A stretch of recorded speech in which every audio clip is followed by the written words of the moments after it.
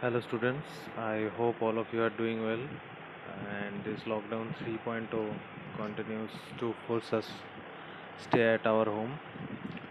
So in this period of time we shall continue our lecture and today we are going to continue our discussion about the computer graphics topic that was viewport, and we already discussed about window to viewport transformation. So I've discussed that window is basically the world coordinate and viewport is basically the device coordinate, and we have already seen how does it work. So today we are going to move towards the clipping portion.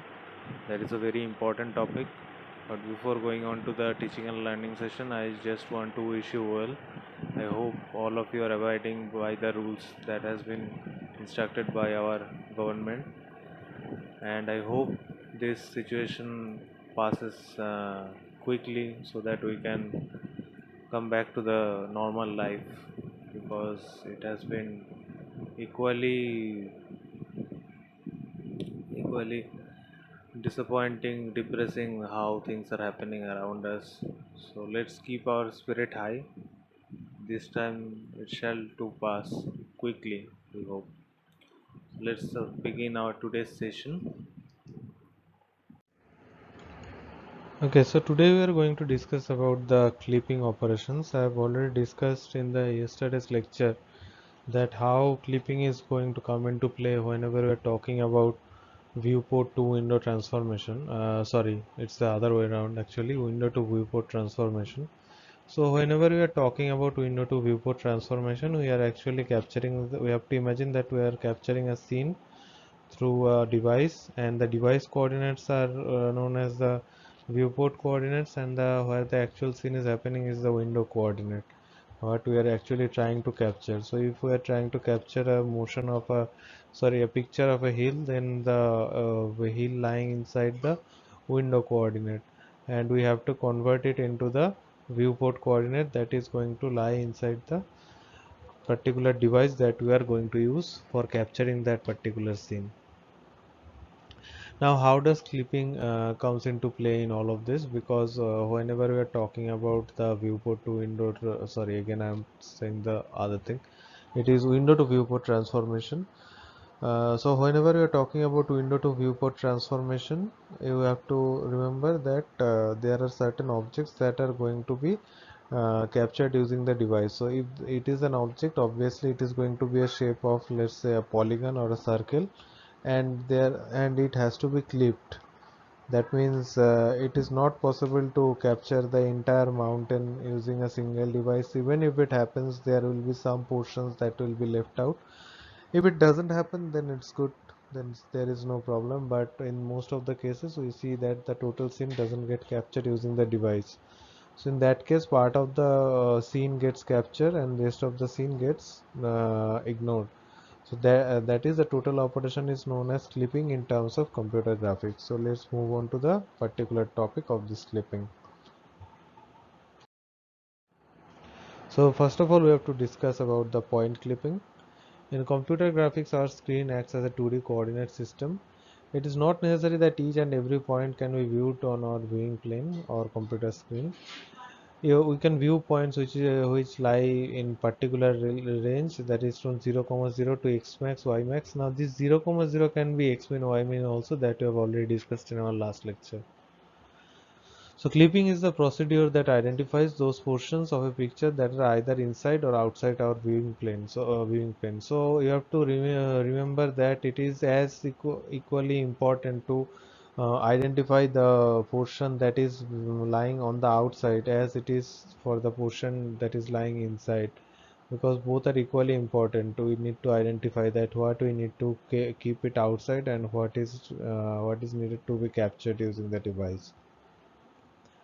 In case of point clipping, we only show or print the points on our window which are a range of our viewing pin. Other points which are outside the range are discarded. So whenever we are talking about the point clipping, let's take an example of a starry night. So you cannot capture a whole all of the stars whenever you are capturing a whenever you are capturing the sky using your device. Let's forget about the other modes of panorama modes or video modes. I am just talking about a plain still image. Let's imagine that we are taking a still image of that thing, the sky, a starry night. So some stars will be left out whenever we are capturing it using our device, and some stars will be captured inside the device.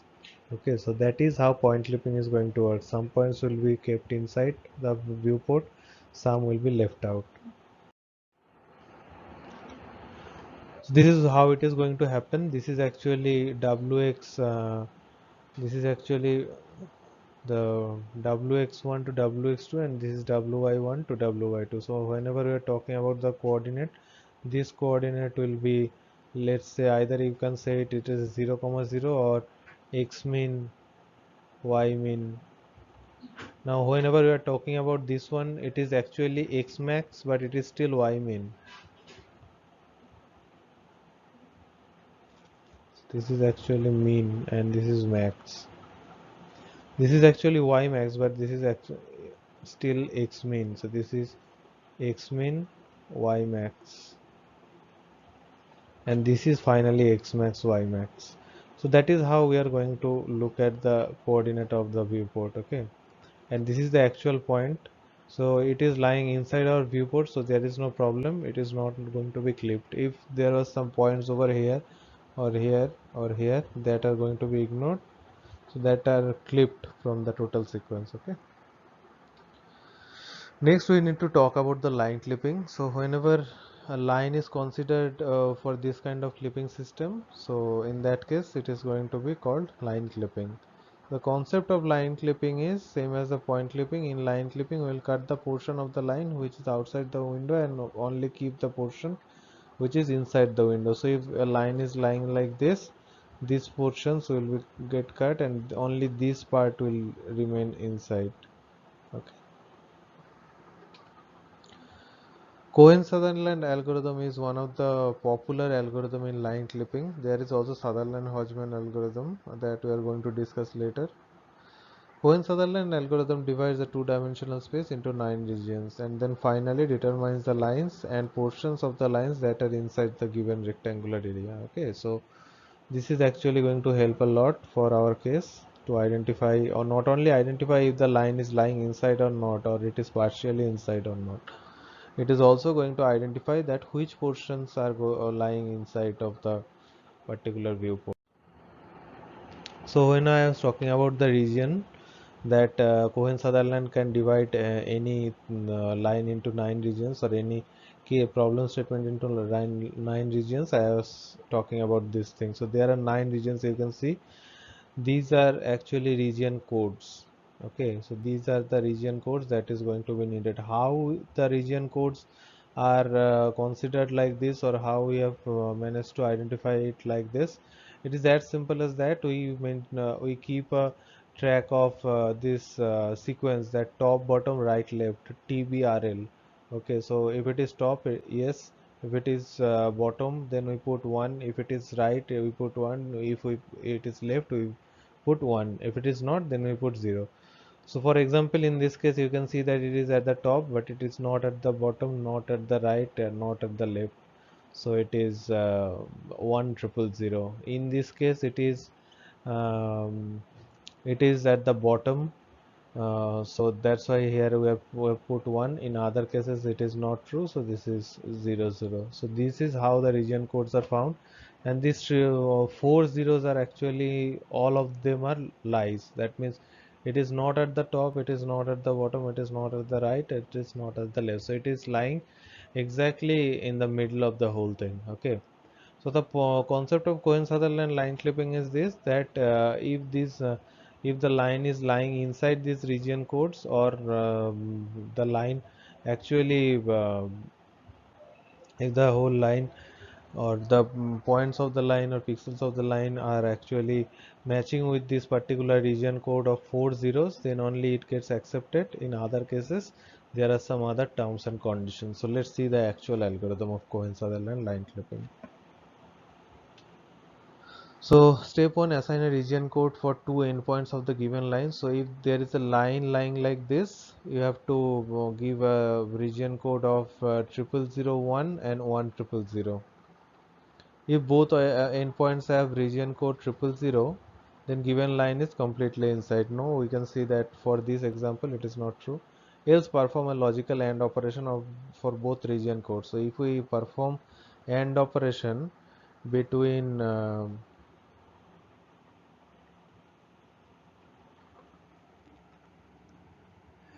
between these two region codes,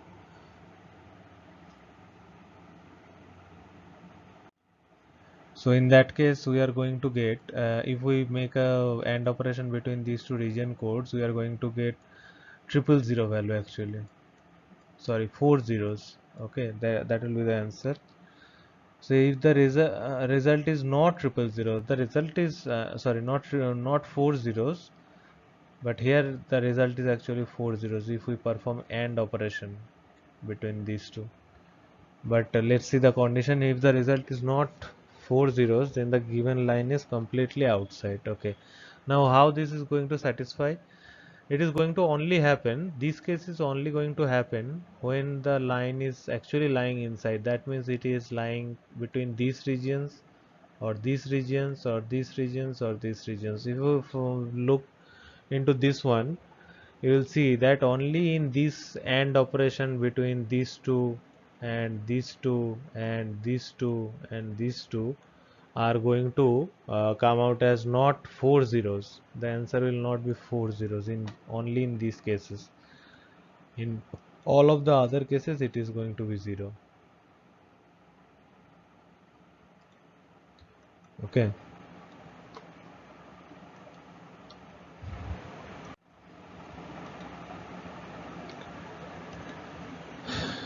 So let's carry on.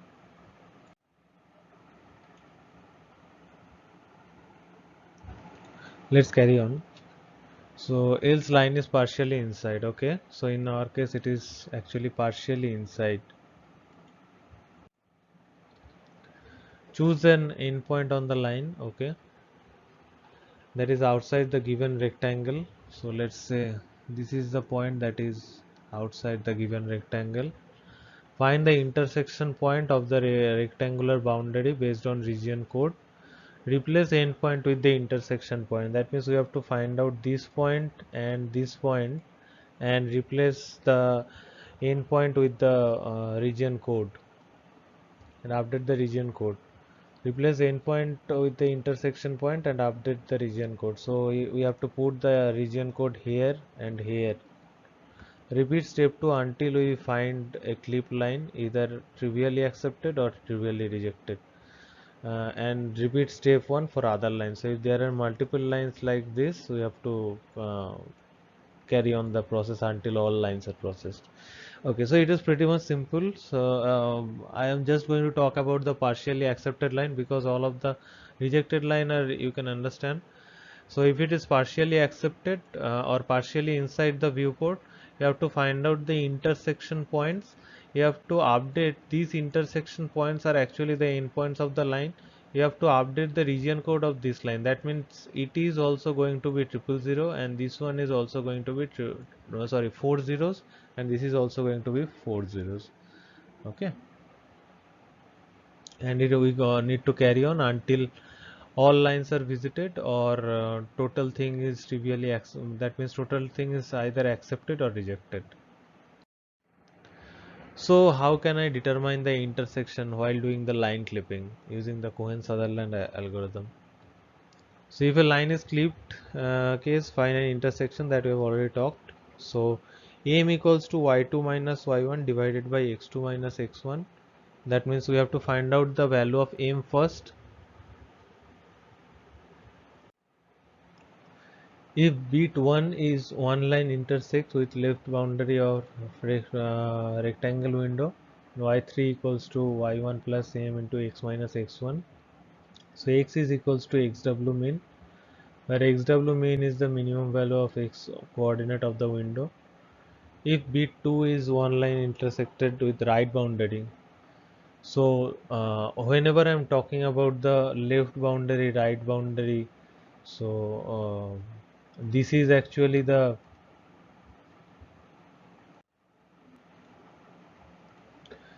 this one is the left boundary, this total thing. Okay, This is the right boundary, this is the bottom boundary, and this is the top boundary. So let's just write it top, this is right, this is bottom, and left boundary. Okay, so if bit one line intersects with left boundary of the rectangle window, uh, so let's say for this case, for this particular line, let's consider this line, it is intersecting the uh, left boundary. So in that case, so what we have to do, we have already found out the value of m, because you can find out m because the pixel values or the positions will be given, the xy values will be given. Using that starting and end point, you can find out the m value.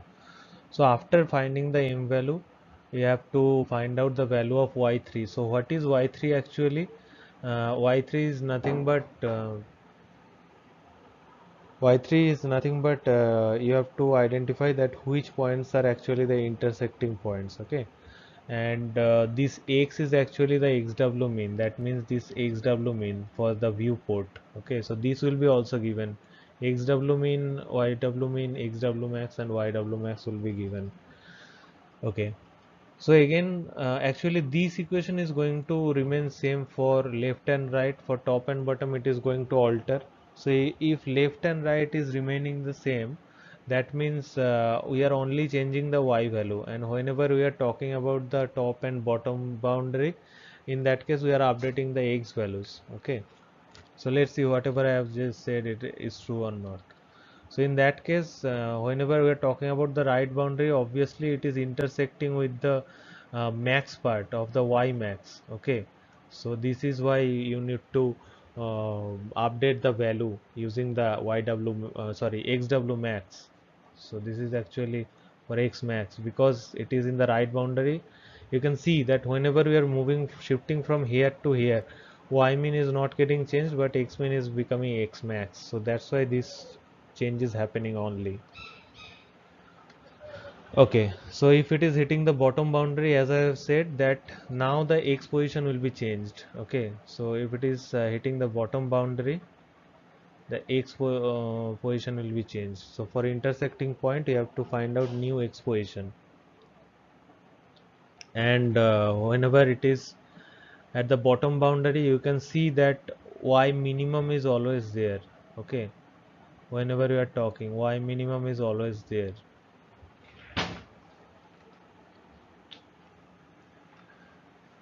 Sorry, whenever we are talking about the bottom boundary, uh, we have to talk about the y minimum because it is at the bottom, and whenever it is at the top, it is always y max. Okay, that you have to keep in mind.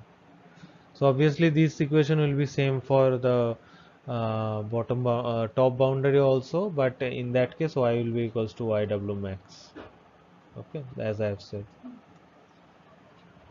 So now you can ask me that how we are getting these values. Actually, these values are nothing but this is actually coming from m equals to y3 minus y1 divided by x minus x1. In this case, x is actually xw mean or xw max. So this is how we are getting these equations. Okay. So if you put this on this side, you can calculate the value of y3 and you will see that we are getting this equation. And for top and bottom boundary, we need to calculate the value of x. So in that case, y3 will be y only y, and whenever it is left or right, only that in that case it will be only x. Okay, so I hope you have got whatever I am trying to say. You have understood whatever I am trying to say. It is very much simple. You just have to find out the region codes. You have to make an AND operation. If it is the AND operation is actually 4 zeros, producing the 4 0 result, only in that case it is partially inside.